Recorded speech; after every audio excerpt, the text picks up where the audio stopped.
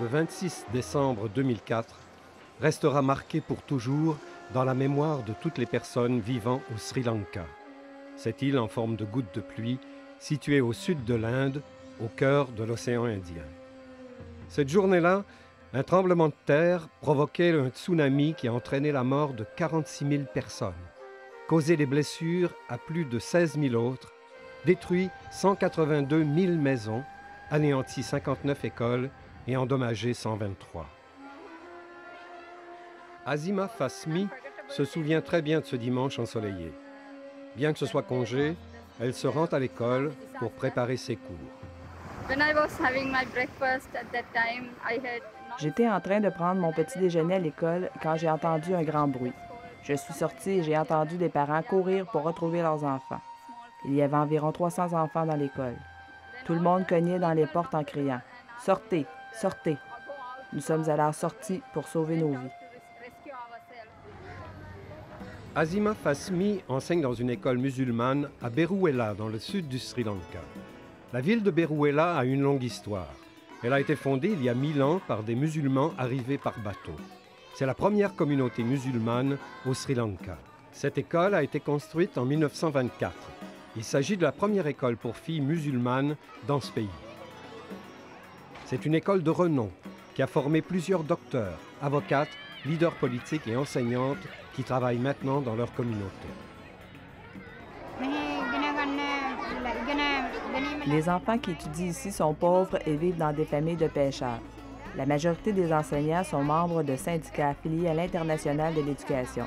Nous avons suggéré à l'IE de rebâtir cette école afin de donner aux enfants la chance de poursuivre leurs études. Pour reconstruire cette école, qui représente le cœur de cette communauté, les enseignantes et les enseignants ont obtenu l'appui de leurs syndicats.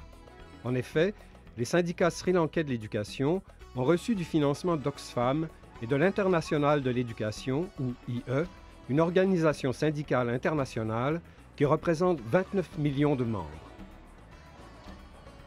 Aujourd'hui, Azima Fasmi se bat pour que son école soit rebâtie au même endroit, même si elle est située à 35 mètres de la mer.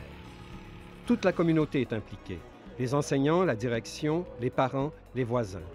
Tous ensemble, ils ont demandé une dérogation à la réglementation post-tsunami qui interdit toute construction à moins de 100 mètres de la mer.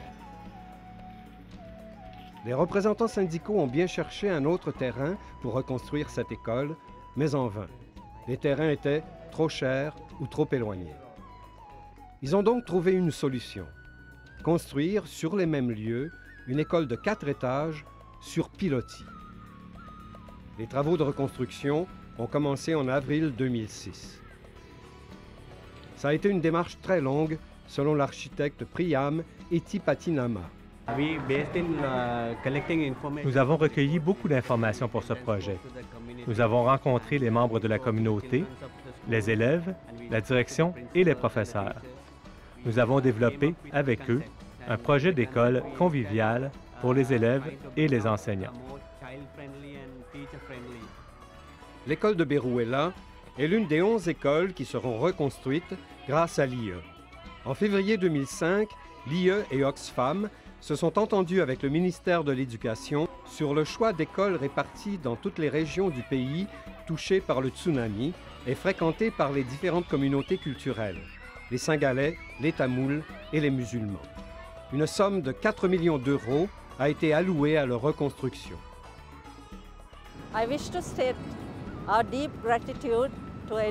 Je tiens à exprimer ma profonde gratitude à l'Internationale de l'éducation qui a été l'une des premières organisations à intervenir après le tsunami au Sri Lanka.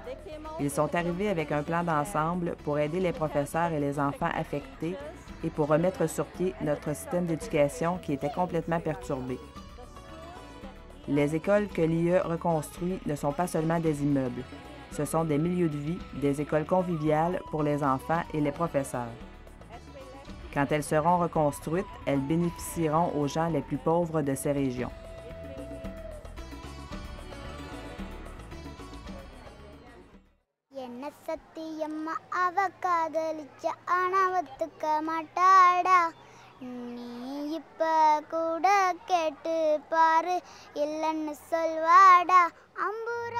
Une autre école est en reconstruction à Shariputra, à l'est de Beruela. Cette école est située à 100 mètres de la mer. Elle comprend 8 bâtiments et elle est fréquentée par 1200 élèves de la maternelle jusqu'au pré-universitaire. Le 26 décembre 2004, le tsunami a frappé très fort dans notre région, à Hangana. Notre école a été détruite. Toutes les familles ont été traumatisées. Lors du tsunami, 2 bâtiments se sont effondrés et les 6 autres ont été sérieusement endommagés. Tout le matériel scolaire a été détruit. Des membres de l'IE sont venus à notre école et nous ont aidés à pourvoir à nos besoins. Nous remercions l'IE qui nous aide à reconstruire notre école. La reconstruction a débuté en avril 2006, mais les cours, eux, ont recommencé quelques mois après le tsunami dans des abris temporaires construits par l'UNICEF. 3 de mes enfants étudient dans cette école. J'aimerais beaucoup qu'elle soit reconstruite, car nous sommes très pauvres. Les cours se donnent dans des abris. Il n'y a pas de cloison pour les protéger de la pluie ou des bruits de construction omniprésents. Par conséquent, les professeurs ont très hâte d'emménager dans leur nouvelle école. Pendant que les travaux de reconstruction progressent à un bon rythme dans le sud, les progrès sont beaucoup plus lents dans les zones tamoules de l'est et du nord-est du Sri Lanka. La région de Batticaloa, par exemple, a été la région la plus durement touchée par le tsunami. Pourtant, plus de 18 mois après ce désastre naturel, les cours se donnent toujours dans des abris construits par l'UNICEF. La reconstruction dans cette région n'est toujours pas commencée.